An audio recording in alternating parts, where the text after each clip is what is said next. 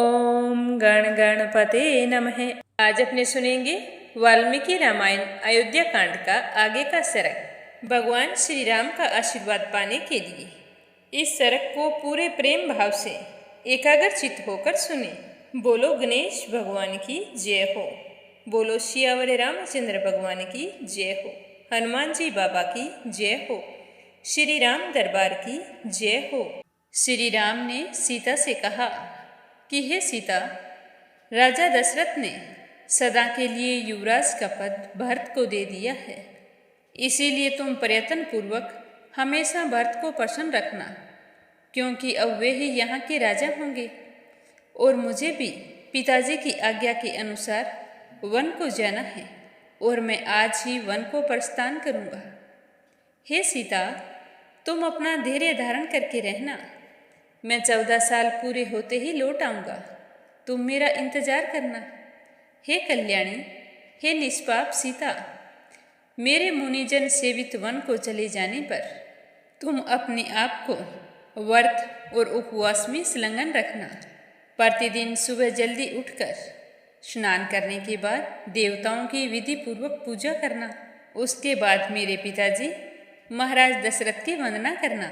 उन्हें कभी भी तुच्छ नज़र से मत देखना कि उन्होंने मुझे वनवास दे दिया है, क्योंकि वो हमारे पिता और गुरु हैं।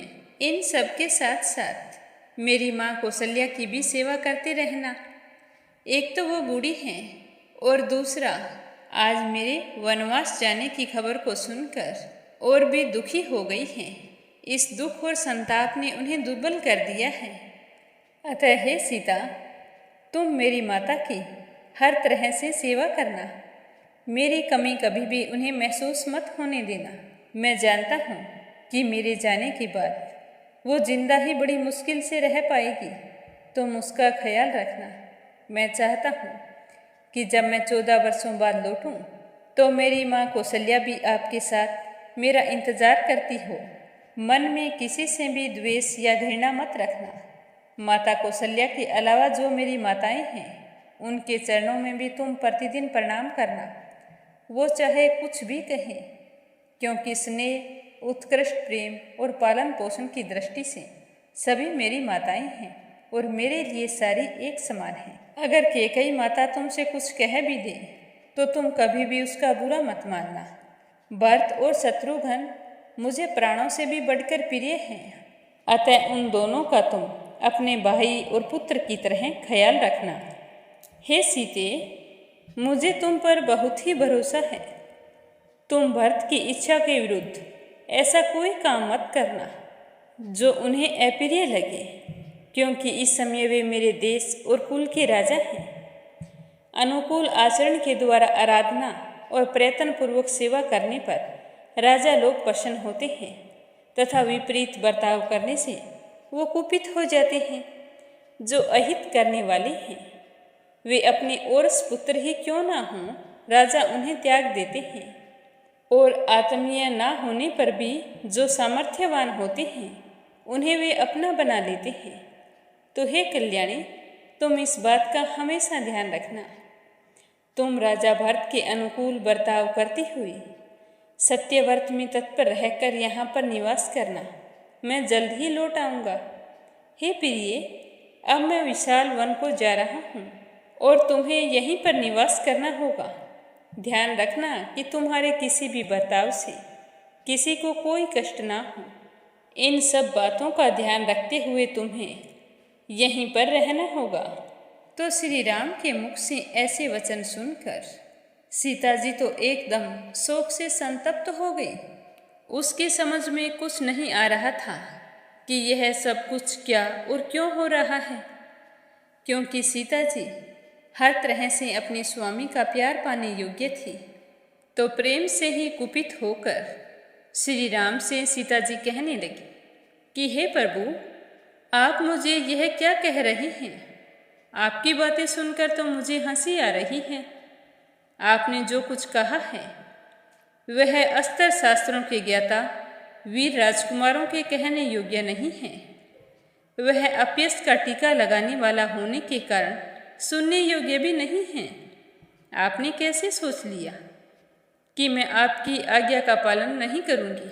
अगर आप मुझे नहीं बताएंगे तो मुझे अपने धर्म का पता नहीं है और अपने स्वजनों के साथ किस तरह का व्यवहार करना है।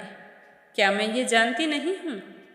पिता, माता, भाई, पुत्र और पुत्रवधू ये सारे के सारे पुण्य आदि कर्मों का फल भोगते हुए अपने अपने भाग्य के अनुसार जीवन निर्वाह करते हैं।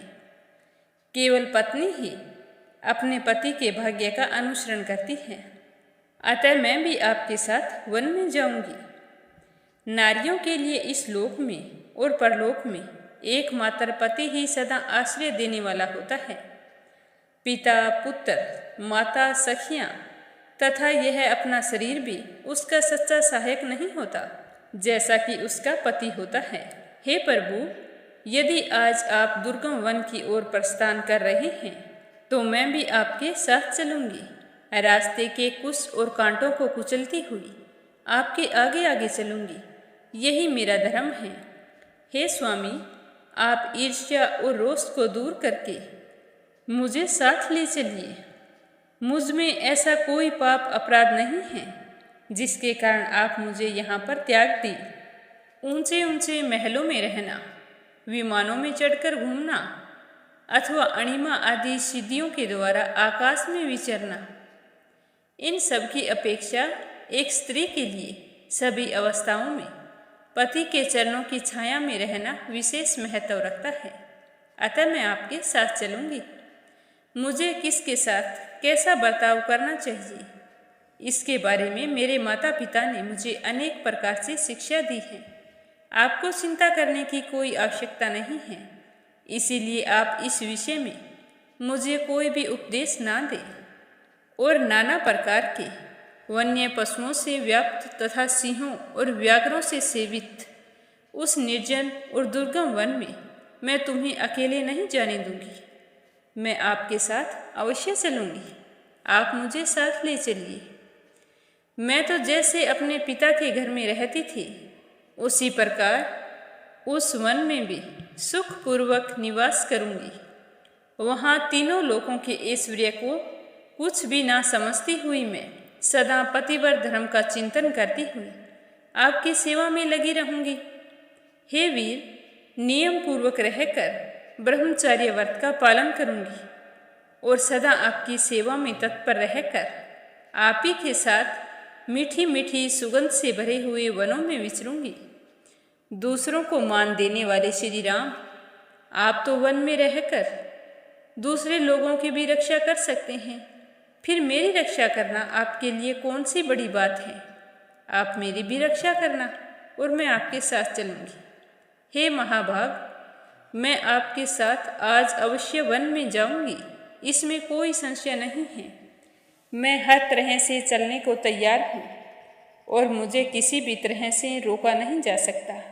इसीलिए आप ये कोशिश भी मत करना। आज का सर्ग समाप्त हुआ। बोलो सियावर रामचंद्र भगवान की जय हो।